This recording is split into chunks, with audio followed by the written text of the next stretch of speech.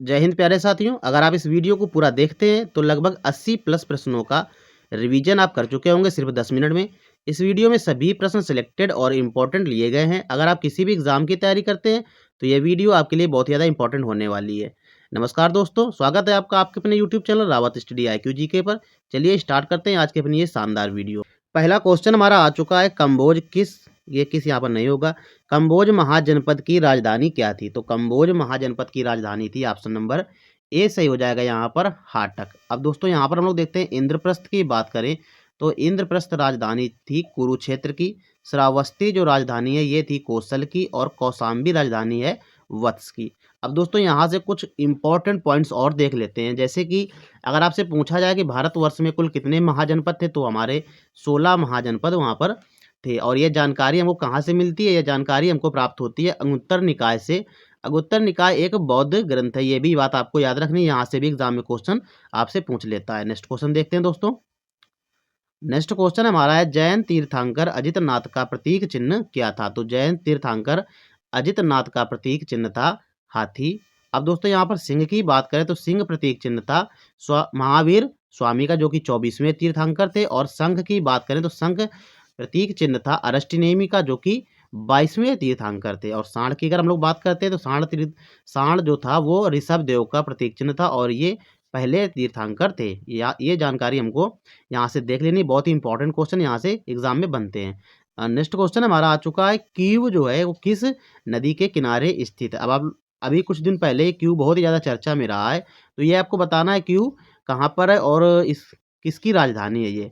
तो क्यू किस नदी के किनारे स्थित है? तो आपको यहाँ पर आंसर देना है नीपर नदी। ऑप्शन नंबर यहाँ पर बी सही हो जाएगा। अगर हम लोग देखते हैं मर्सी नदी, तो मर्सी नदी किनारे स्थित शहर है लिवरपूल, जो कि इंग्लैंड में है।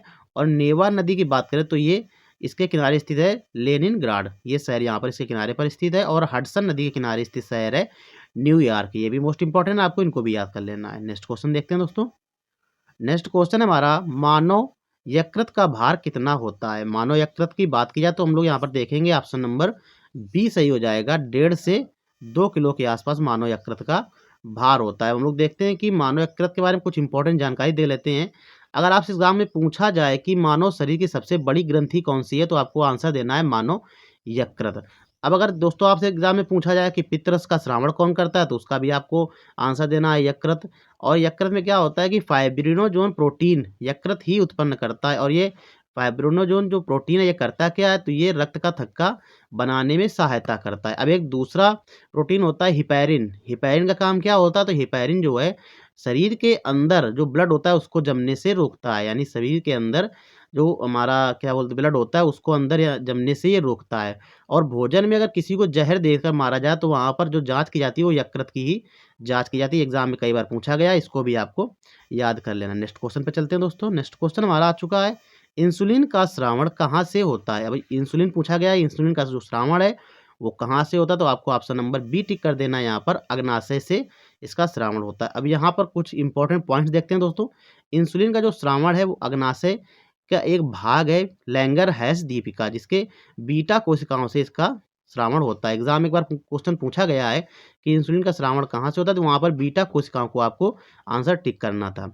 और अगर हम लोग बात करें तो अग्नाशय जो है मानव शरीर की दूसरी सबसे बड़ी ग्रंथि है, यानी एग्जाम में ये भी पूछा जाता है कि मानव शरीर की दूसरी सबसे बड़ी ग्रंथि कौन सी है, तो वहाँ पर आपको अग्नाशय को ही टिक करना होता है। अगर अग्नाशय अग्नाशय से क्या निकलता है? तो अग्नाशयी रस निकलता है, जो कि पूर्ण पाचक रस कहा जाता है इसको। अब अगर यहाँ पर ऑप्शन देख रहे हैं हम लोग पित्ताशय की अगर हम लोग बात करते हैं तो पित्ताशय का आकार पूछा जाता है कैसा होता है, तो आपको बताना है नाशपाती के आकार का होता है। और पित्ताशय में ही पित्तरस एकत्रित होता है। जो पित्त होता है पित्तरस वो हल्के पीले और हरे रंग का क्षारीय द्रव होता है। और पित्त का क्षारीय मान कितना होता है? 7.7, ये इसका pH मान होता है। नेक्स्ट क्वेश्चन पे चलते हैं दोस्तों। नेक्स्ट क्वेश्चन दोस्तों हमारा आ चुका है, लार, यहाँ पर लार नहीं है, यहाँ पर लिखा होगा लार। लार में पाए जाने वाले एंजाइम का नाम बताइए। तो लार में पाया जाने वाला एंजाइम है हमारा माल्टेज, यानी लार में माल्टेज प्राप्त किया जाता है।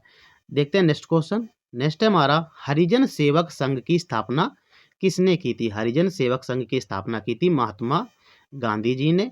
अब यहाँ पर विलियम जोन्स का नाम आया, तो विलियम जोन्स ने एशियाटिक सोसाइटी की स्थापना की थी।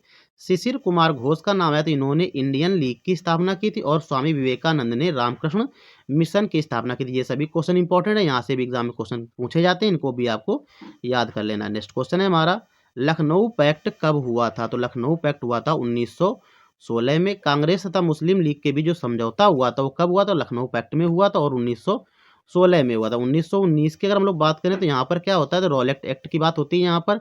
1905 में बंग भंग आंदोलन या स्वदेशी आंदोलन यहाँ पर होता है और 1885 की बात करें तो 1885 में भारतीय राष्ट्रीय कांग्रेस की स्थापना होती है। ये सभी के सभी मोस्ट इंपॉर्टेंट पॉइंट्स हैं, इनको भी आपको अच्छे से याद कर लेना है। नेक्स्ट क्वेश्चन पे चलते हैं।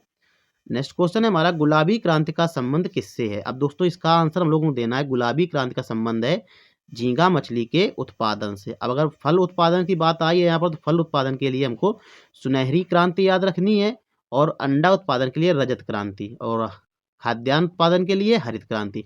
आपसे एग्जाम में पूछा जाएगा कि सुनहरी क्रांति का संबंध किससे, तो आपको बताना है फल उत्पादन से। रजत क्रांति का संबंध किससे, तो आपको बताना है अंडा उत्पादन से। और अगर पूछा जाए हरित क्रांति का संबंध किससे, तो आपको बताना है खाद्यान्न उत्पादन से।